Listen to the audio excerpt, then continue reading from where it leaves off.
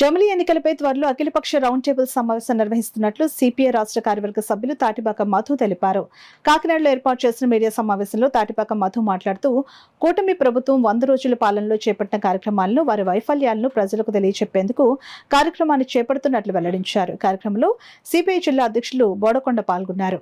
ఇక్కడ కూడా పవన్ కళ్యాణ్ మద్దతు సరిస్తే మళ్ళీ ఎన్నికలు రావచ్చు అంటే అప్పుడు మళ్ళీ ఏం చేయాలి అంటే, ఒకసారి ఎన్నికలు పూర్తయిన తర్వాత 6 నెలల్లో ప్రభుత్వం పడిపోతే మిగతా 4 రోజుల పాటు కేంద్ర ప్రభుత్వం ఆధీనంలో ఉండాలి. అంటే రాష్ట్ర పరిపాలన ఉండాలి. అంటే రాష్ట్రంలో కేంద్ర హక్కులే తప్ప ఇంకా రాష్ట్ర ప్రభుత్వం అంతా వేస్ట్ అయిపోతుంది. అందుకని ఈ జమిలీ ఎన్నికల్ని సిపిఐ పార్టీ పూర్తిగా వ్యతిరేకిస్తుంది. అందుకనే అయినా సరే ఈ కాకినాడ జిల్లాలో ఉన్న నగర మేధావుల్ని, అన్ని రంగాల ప్రముఖులందరినీ కేకేసి ఒక చర్చా గోష్ఠిని ప్రారంభించాలనేది అనుకున్నాం. ఇక రెండవది ఏంటంటే, సహజంగా ప్రజలు నిర్ణయిస్తారు ఏ ప్రభుత్వం ఎలా పనిచేస్తుందని.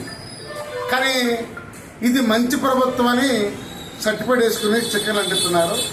ఇది మంచిదా చెడుదా, ఈ 100 రోజుల పరిపాలన ఏం చేసిన దాని మీద కూడా ఒక సెమినార్ పెట్టి ఒక చర్చా గోష్ఠి విద్యార్థులు, యువకులు, కార్మికులు పెట్టాలన్నాం. ఎందుకంటే ఉదాహరణకి 4 లేబర్ కోర్టులని చంద్రబాబు అమలు చేయాలనుకుంటున్నాడు. విశాఖ స్టీల్ ప్లాంట్ ప్రైవేటీకరణ కాబోతుంది. రాష్ట్రంలో పోలవరం ఇంకా అలాగే ఉంది. అమరావతి మునిగిపోయింది. ఇంకా చాలా ఎన్ని ఉన్నాయి. అందుకని ఎన్నిటిని ముందు ఎన్ని కాకుండా లడ్డూ కావాలన్నైనా అన్నట్టు మొత్తం లడ్డు మీద జరుగుతుంది. ప్రజల సెంటిమెంట్ గౌరవిస్తున్నాం. ఖచ్చితంగా న్యాయ విచారణ జరిపించాలి. కానీ ప్రజా సమస్యలని పక్కన పట్టించకూడదు. కాబట్టి ఈ చర్చా గోష్ఠి మాత్రం అందరూ జయప్రదం చేయాలని కోరుతున్నాం.